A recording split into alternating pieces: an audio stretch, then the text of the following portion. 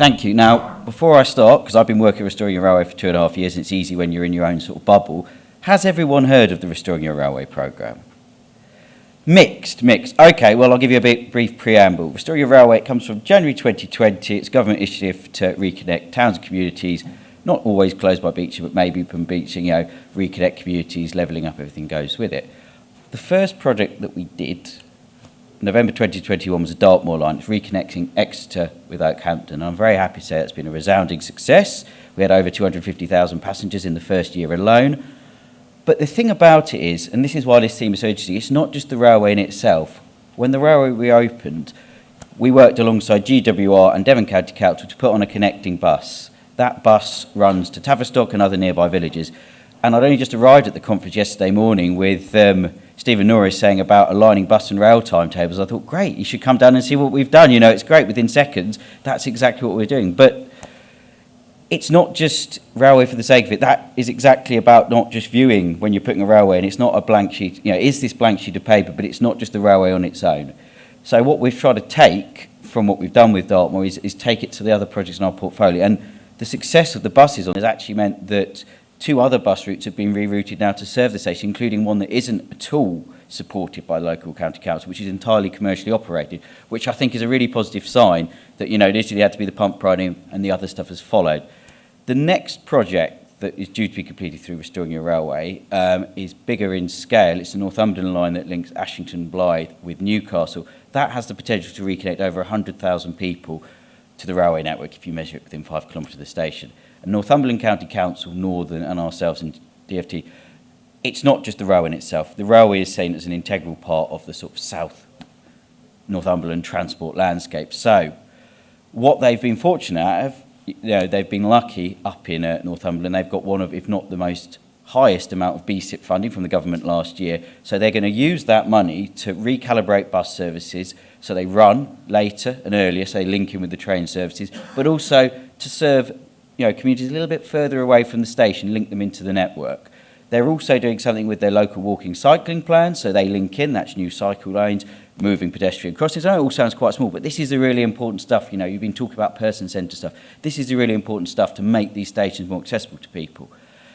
And I think it's not just a nice to have, and that's the case that we're taking from this, is because if you're expanding the amount of people that can access these networks, you're expanding the amount of people who are going to use it. That means it's more financially sustainable. That's good for the railway, full stop, because I'm sure you would have heard from Rufus yesterday from GBRTT that we are still in a challenging position with what's happened with commuting and everything. Tapping into these new markets is obviously good for the financial sustainability reality. But equally, it's about getting more people to travel sustainably.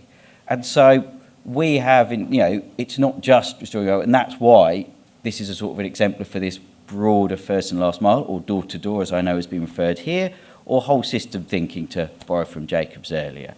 And what we've sort of found is, and this is sort of quite an interesting thing when you're working in somewhere like Network Rail, it's not all us. We talk about red line boundary, we had that earlier this morning. A lot of it is not in our gift, but it's about starting that conversation, having that partnership with Northumberland. Some of it is put on by Northumberland, some of them is bus providers. Some of it is Northern as a train company, but it's getting that dialogue going. And it's not always easy because we're all under tight financial pressures. But it's about having those conversations, because also to link back to one of the first things said yesterday, Rachel was talking about friction. If there is that friction, that's going to deter people from making more sustainable travel choice. I think our role, and this is what I see Restoring Your Railway is, and through this first last mile thinking, is reducing that friction, doing our bit to make that sustainable journey more straightforward for people. And sometimes that's technology, sometimes that's aligning things.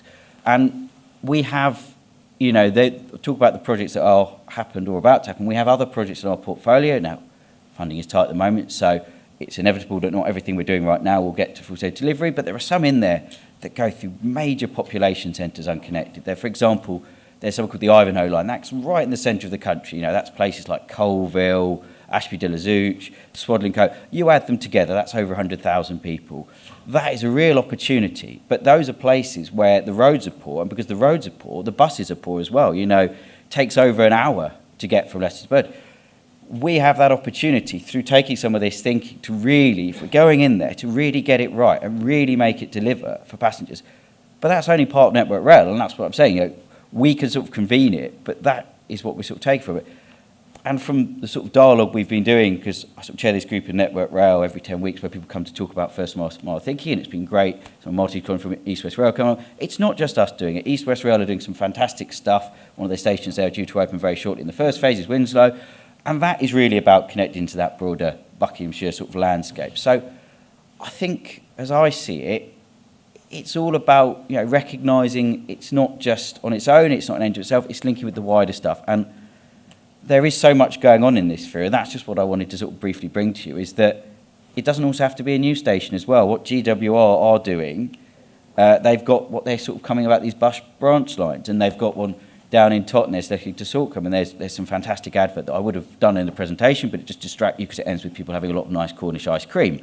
But you've got all this sort of stuff going on, and I think it feels like it's the obvious stuff, but it is the stuff that we really need to be sort of banging on with, and because it's getting more people involved, getting, as you say, going back, getting away from that friction that Rachel was talking about, getting those integrated things that Stephen was talking about, and that's what we're after, really. And I think what I would also say is, please, after this, you know, find me on LinkedIn, find me on everything.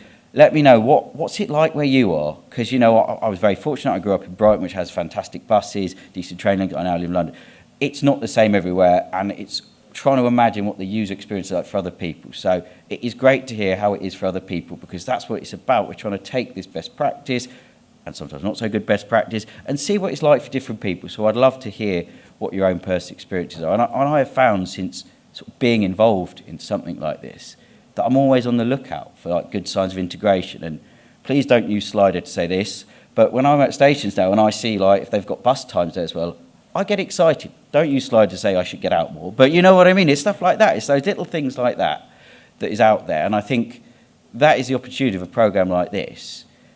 And I think it just really links into this conference, because we aren't just putting railways back for the sake of it. There's a purpose there. You know, in Oak Hampton, it's quite interesting because if you looked at it, it's only a town of about 10,000 people, but it's had 250,000 passengers. That's because it's serving as a wider feeder, effective, you know, what they called almost a transport desert. And then in other areas, it'd be other things. So Ashington, Blythe, that's going to get people into Newcastle. That's jobs, education.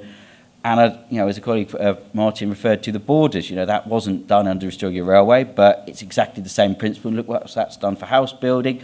It's connecting people with jobs, homes, economic growth, and sustainable forms of transport. So we're just putting that out there. And, you know, it is a challenging time to do stuff like this, but it's fantastic how well the Dartmoor line's going. And I'm every confidence that colleagues working on Northumberland will do something equally transformative. And then hopefully this makes the case that when we can go out and look at things again, there'll be more of this. And I know that budgets are very, very tight, but I don't think this is a nice to have. And I think that is one takeaway. And it is challenging, but I think collectively that's, you know, as we all go back to conference, what thing we take away, I think it is making that case for that integration piece. Because if I do, you know, put the hand up, you know, it will make people more likely to use public transport if they feel assured. And that's what happens in the Dartmoor line. There's a bus waiting for you when you get off the train. If you do it once and you get there and there's not the bus, you might go, well, I might as well drive the whole way. So that's what we're putting out there, you know, and it's really interesting to be involved in it. It's something I sort of feel passionately about. So I hope it sort of provokes, well, thank you for the people I applauded out there as well, but yes, that's well timed. But I hope that, you know, it's something to get you thinking. We don't have a monopoly on good ideas at all, and it is something that requires partnership, collaboration.